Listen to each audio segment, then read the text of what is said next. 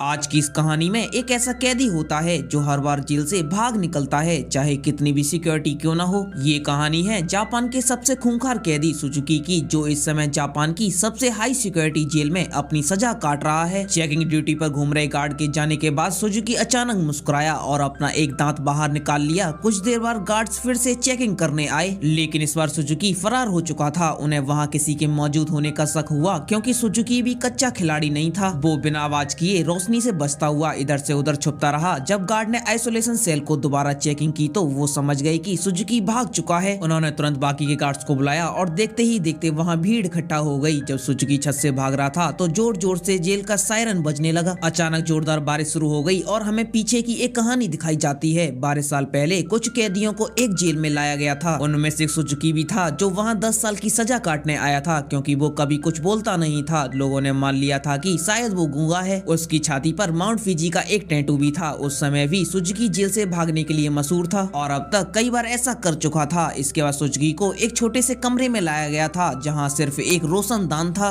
उसने रोशनदान को ध्यान से देखा, उसके दिमाग में जरूर कुछ चल रहा था। बाहर गार्ड ने जेल के वार्डन मिस्टर कानेमुरा से कहा कि सुजुकी इस बार तो हरगिज नहीं भाग पाएगा। लेकिन जैसे ही उसने शीशे से देखा तो सुजुकी पहले ही गायब हो चुका था। वार्डन ने पूरे शहर को घेरने के ऑर्डर दिए ताकि सुजुकी किसी भी हालत में बच ना पाए, लेकिन गार्ड्स ने उसे 20 मिनट में ही पकड़ लिया। पता नहीं क्यों सुजुकी रेल की पटरी पर सीधा भागता जा रहा था। इसके बाद फिर उसे उसी कमरे में कैद कर दिया गया, लेकिन इस बार उसके हाथों में हथकड़ियां थीं। जब एक गार्ड ने अंदर झांक कर देखा तो सुजुकी मुंह पर चादर ओढ़ के सो रहा था। गुस्से में उसने सुजुकी को चादर हटाने को कहा, क्योंकि वो कोई चांस नहीं लेना चाहते थे। लेकिन बार बार कहने पर भी उसने चादर नहीं हटाई तो गार्ड्स ने उसकी बुरी पिटाई की। अगली सुबह वार्डन ने सुजुकी के सभी पुराने रिकॉर्ड्स निकाले, जिसे ध्यान से पढ़ने पर उसे पता चला कि जब भी सुजुकी जेल से भागता है तो वो हर बार ट्रेन की पटरी पर ही पकड़ा जाता है। रात को वार्डन गार्ड के साथ चेकिंग पर निकला तो वो सुजुकी की सेल में जाकर हैरान रह गए, क्योंकि उसने किसी तरह अपनी हथकड़ियां खोल दी थी। गुस्से में गार्ड ने उसे मारते हुए पूछा कि कैसे खोलनी हथकड़ियां, बता कैसे खोलनी। लेकिन हमेशा की तरह सुजुकी चुप रहा। एक बार फिर उसकी जमकर धुलाई हुई। एक दिन सुजुकी एक छोटी सी तार से खेल रहा था, जिसे किसी तरह छुपाकर वो जेल के अंदर लाया था। सवाल ये उठता है कि वो इस तार को जेल के अंदर लाया कैसे? मुंह के अंदर छुपाकर? नहीं, गू में छुपाकर। इसी तार से वो अपनी हथकड़ियां खोलता था। कुछ दिन बाद वार्डन एक हफ्ते की छुट्टियों के लिए अपने घर चला गया। अब सुजुकी के पास भागने का बहुत अच्छा मौका था। उसने अपनी तार निकाली और ताला खोलने की कोशिश की। जल्दी वहाँ एक गार्ड चेकिंग के लिए आ गया तो उसने झांक कर देखा कि सुजुकी फिर से अपना मुंह ढककर सो रहा है। लेकिन इस बार गार्ड बिना कुछ कहे चला गया। लेकिन असलियत तो ये थी कि सुजुकी अंदर था ही नहीं। वो तो छिपकली बनकर छत से चिपका बैठा था। वो जेल से भागने के लिए सही मौके का इंतजार में था। गार्ड के जाने के बाद वो धीरे धीरे ऊपर तक पहुंच गया। उसने छत की एक खोखली जगह पर मुक्का मारा और वहां से भाग निकला। जब गार्ड को पता चला तो उन्होंने तुरंत सायरन बजाने शुरू कर दिए। वार्डन को भी खबर पहुंचा दी गई और वो तुरंत जेल के लिए निकल लिया। अगली सुबह पुलिस वाले सुजुकी को पकड़ने का प्लान बना रहे थे, तभी वार्डन भी वहां पहुंच गया। उसने कहा सारे प्लान छोड़कर सिर्फ एक टीम पास की पटरियों पर भेज दो। ऑफिसर्स को लगा बुढ़ा हो गया है वार्डन, दिमाग सटिया गया है इसका। अरे वो पागल थोड़ी है जो सेम जगह जाएगा। लेकिन जब वार्डन ने उन्हें विश्वास दिलाया कि मुझे पूरा विश्वास है कि सुजुकी वहीं मिलेगा, तो उन्होंने उसकी बात का भरोसा करके टीम भेज दी और उसकी बात सच भी निकली। सुजुकी को एक बार फिर से ट्रेन की पटरियों पर पकड़ लिया गया। जेल से निकलने में तो ये चाचा चौधरी बन जाता है, बाद में इसे क्या हो जाता है। क्योंकि वार्डन की सूझबूझ की वजह से सुजुकी पकड़ा गया तो उसके काम से खुश होकर उसे प्रमोट कर दिया गया। अब वो एक बड़ा ऑफिसर बन चुका था, जो देश की सारी जेलों में जाकर कैदियों की हालत की चेकिंग करता था। उधर सुजुकी फिर से भाग निकला और फिर से पटरियों पर पकड़ा गया। हर साल उसे एक नई जेल में भेजा जाता था और ज्यादा टाइट सिक्योरिटी होती थी, लेकिन वो हर जगह से बच के निकल जाता। इसी वजह से मीडिया ने उसे स्टार भगोड़े का खिताब दिया। वो पूरे देश में मशहूर हो गया। 12 साल बाद उसे सेंट्रल जेल में लाया गया। यहाँ वो कड़ी सिक्योरिटी में था, क्योंकि 10 गार्ड सिर्फ उसी पे निगरानी रखने के लिए खड़े थे। उसका कमरा भी पूरी तरह सीमेंट से बना था और दरवाजे पर कई ताले थे। ये वही आइसोलेशन सेल है जो कि हमने कहानी की शुरुआत में देखा था। गार्ड के जाने के बाद सुजुकी ने चारों ओर नजर दौड़ाई। वो एक बार फिर से भागने की तैयारी में था। एक गार्ड ने खाना लाके उसके सेल में रखा, लेकिन उसके जाने से पहले ही सुजुकी ने उसे पकड़कर हथकड़ी लगा दी। गार्ड ने तुरंत सीटी बजा दी, जिससे कई और गार्ड वहां आ पहुंचे। उन्होंने उसे मार मार कर उसकी बुरी हालत कर दी। होश आने पर सुजुकी ने दरवाजे से गार्ड को जाता देखा। उसके चेहरे से खून टपक कर लोहे की सलाखों पर गिर रहा था। अगली बार गार्ड्स ने उसकी हथकड़ियों पर कुछ और पेच कस दिए, जिससे इस बार वो उन्हें खोल ना पाए। जाने से पहले वो एक बार फिर से उसकी शरीर की धुलाई करके गए। इसी तरह सुजुकी के दिन बीत रहे थे। वो जानबूझकर गार्ड से पंगे लेता और वो उसे मारते और वो अपना अपना खून लोहे की सलाखों पर टपकाता। एक दिन गार्ड्स ने उसे इतना मारा कि उसका दांत टूटकर गिर गया। फिर सुजुकी ने उसे उठा लिया और उसे देखकर अजीब तरह से मुस्कुराने लगा। ऐसा लग रहा था जैसे ये सब उसके प्लान का ही हिस्सा है। इसके बाद सुजुकी अपने दांत से दीवार पर कुछ बनाने लगा। कुछ हफ्तों बाद सुजुकी ने एक और गार्ड पर हमला कर दिया। इस बार उसे सबसे खतरनाक सजा दी गई। उन्होंने उसे एक लंबी जंजीर से बांधकर ऊपर लटका दिया। 1 साल बीत गया और सुजुकी अभी भी सजा काट रहा था। उसकी हालत बहुत बुरी हो चुकी थी, शरीर सड़ने लगा था और उसके घावों पर कीड़े पड़ चुके थे। आखिरकार वो शाम आ गई। गार्ड ने उसकी जंजीरें खोल दी। पूरे 1 साल बाद उसे चैन की सांस आई। उधर वो पुराना वार्डन कानेमुरा वहाँ की जांच करने पहुंचा। उसने आइसोलेशन सेल में जाकर देखा कि सुजुकी की हालत बहुत खराब थी, लेकिन वो उसे नजरअंदाज करके वहाँ से चला गया। इसके बाद वही रात आई जहाँ से कहानी की शुरुआत हुई थी। बाहर बिजली कड़कने लगी तो सुजुकी ने अपने प्लान को अंजाम दिया। उसने अपना दांत निकाला और हथकड़ियों के पेच खोलने लगा। असल में सुजुकी दीवार पर दांत से कुछ बनाता नहीं था। असल में वो उसे घिस घिस कर पैना कर रहा था ताकि उसके इस्तेमाल से पेच खोल सके। हथकड़ियों से आजाद होकर उसने लोहे की सलाखों को धक्का देना शुरू कर दिया। लगातार खून टपकने की वजह से सलाखों पर जंग लग चुका था। कुछ ही पलों में सलाखें टूट गईं और सुजुकी जेल से फरार हो गया। इसके बाद सुजुकी के जन्म की कहानी बताई गई। उसके पैदा होते ही उसकी माँ की मृत्यु हो गई थी और उसका बाप जेल में सड़ रहा था। इसी वजह से वो अपने रिश्तेदारों के घर पला बड़ा। एक दिन सुजुकी जंगल में प्रैक्टिस कर रहा था जब उसे दूर से एक आदमी आता दिखाई दिया। ये कोई और नहीं उसका बाप था। उन्होंने कुछ समय बातें की और उसके बाद उसने अपने पिता की छाती पर माउंट फिजी का एक टैटू देखा। बदकिस्मती से वहाँ कुछ पुलिस वाले आ गए जो सुजुकी के पिता को पकड़ना चाहते थे। वो उन्हें देखकर रेल की पटरी पर सीधा सीधा भाग रहे थे। इस दिन सुजुकी ने कसम खाई कि वो एक न एक दिन अपने पिता से जरूर मिलेगा। वर्तमान समय में सुजुकी फरार होकर एक बार फिर से पटरियों पर दौड़ रहा था। मिस्टर कानेमुरा ने उसे रुकने के लिए आवाज लगाई और हैरानी की बात तो ये थी कि वो रुक भी गया। कुछ ही देर बाद गार्ड की एक टीम आकर उसे पकड़ कर ले गई। देश की सबसे बड़ी सिक्योरिटी की जेल भी सुजुकी को नहीं रोक पाई। इसलिए मिस्टर कानेमुरा ने उसे धरती की सबसे खतरनाक जेल प्रिजन आइजल में भेजने का ऑर्डर दे दिया। प्रिजन आइजल किसी मामूली जेल की तरह नहीं थी। वो समुद्र के बीचों बीच बनी थी जहाँ लगातार तेज बहाव रहता था और सबसे बड़ी बात वहाँ ट्रेन की पटरियाँ तो बिल्कुल भी नहीं थी और समुद्र शार्क से भरा हुआ था। इसलिए वहाँ से भागकर बच निकलना एकदम नामुमकिन था। जेल के अंदर के हालात भी इतने खतरनाक थे। पूरी जेल में हजारों गार्ड थे और अगर कोई भी कैदी भागने की कोशिश करता तो उसे देखते ही गोली मार देने का ऑर्डर था। जब सुजुकी पहुंचा तो उसे तुरंत उसके सेल में बंद कर दिया गया। वो कोई कमरा नहीं बल्कि कुछ रॉड थी जिन्हें सुजुकी के शरीर के आसपास ऐसे जोड़ दिया गया था जिससे भागना तो दूर वो हिल डुल तक न सके। उधर कानेमुरा ने जेल की लाइब्रेरी में जाकर सुजुकी के बारे में जानकारी निकालनी शुरू कर दी। ढूंढने पर उसे कुछ पुरानी फाइल्स मिली जिन्हें वो पढ़ने लगा। उधर जेल में सुजुकी ध्यान लगाकर पढ़ा था। हालांकि वहाँ के और लोगों के लिए वहाँ से भागना नामुमकिन था। सुजुकी के दिमाग में कुछ तो खिचड़ी पक रही थी और अचानक उसने अपने दोनों कंधों को डिसलोकेट कर लिया और छोटी सी जगह से सिकुड़कर धीरे धीरे बाहर निकलने लगा। ऐसा करते हुए उसे एक कैदी ने देख लिया पर वो इतना नशे में भंड था कि कुछ बोल नहीं पाया। उधर कानेमुरा अभी भी अपनी रिसर्च कर रहा था कि तभी जेल के सायरन बजने लगे। हालांकि परेशान होने के बजाय जेल का बर्डन खुश हो गया क्योंकि वहाँ से बच के निकलने का कोई भी रास्ता नहीं था। ऊपर से आज सारे गार्ड को एक कैदी को गोली मारने का मौका मिलेगा। फिर कानेमुरा ने उसे समझाने की कोशिश की सुजुकी कोई आम कैदी नहीं है, लेकिन वार्डन ने उसकी बात को नजरअंदाज कर दिया। अगली सुबह कई गार्ड को बंदूकें देकर पूरे आइलैंड में फैला दिया गया। वार्डन अपने आदमियों को समझा रहा था कि तभी वहाँ मिस्टर कानेमुरा आ गए। उसने वार्डन को बताया कि सुजुकी अपने बाप को ढूंढने आया है जो इसी आइलैंड पर कैद है। ये सुनकर सब हक्के बक्के रह गए। तभी सुजुकी की असलियत का खुलासा हुआ। असल में जो भी हुआ वो सुजुकी के प्लान का एक हिस्सा था। वो बार बार जेल से भागकर जानबूझकर पकड़ा जाता था ताकि आखिर में वो प्रिजन आइजल तक पहुंच सके। उसका असली मकसद था अपने पिता को आजाद करवाना। आखिरकार सुजुकी अपने पिता से मिला और एक दूसरे को इतने साल बाद देखकर दोनों खूब रोए। बदकिस्मती से मिस्टर कानेमुरा, वार्डन और बाकी के गार्ड के साथ वहीं आ रहे थे, लेकिन उन्हें वहां पहुंचने से पहले ही सुजुकी उस बूढ़े आदमी के साथ गायब हो गया। सुजुकी अपने पिता को आइलैंड के छोर तक ले गया। उसने वहां पहले से ही एक पैराग्लाइडर तैयार कर रखा था। दोनों पैराग्लाइडर पर चढ़े और दूर उड़ गए। दूसरी ओर मिस्टर कानेमुरा ने बूढ़े आदमी से बात करने की कोशिश की जो सुजुकी के पिता के साथ ही कैद था। तभी उसने माउंट फिजी का एक टैटू उस आदमी की छाती पर देखा जिसका सीधा मतलब ये था कि इतनी सालों की कड़ी मेहनत के बाद भी सुजुकी गलत आदमी को लेकर भाग गया। अब इससे बुरी किस्मत किसी की भी नहीं हो सकती। आप सुजुकी के लिए क्या कहना चाहते हैं हमें कमेंट में जरूर बताना।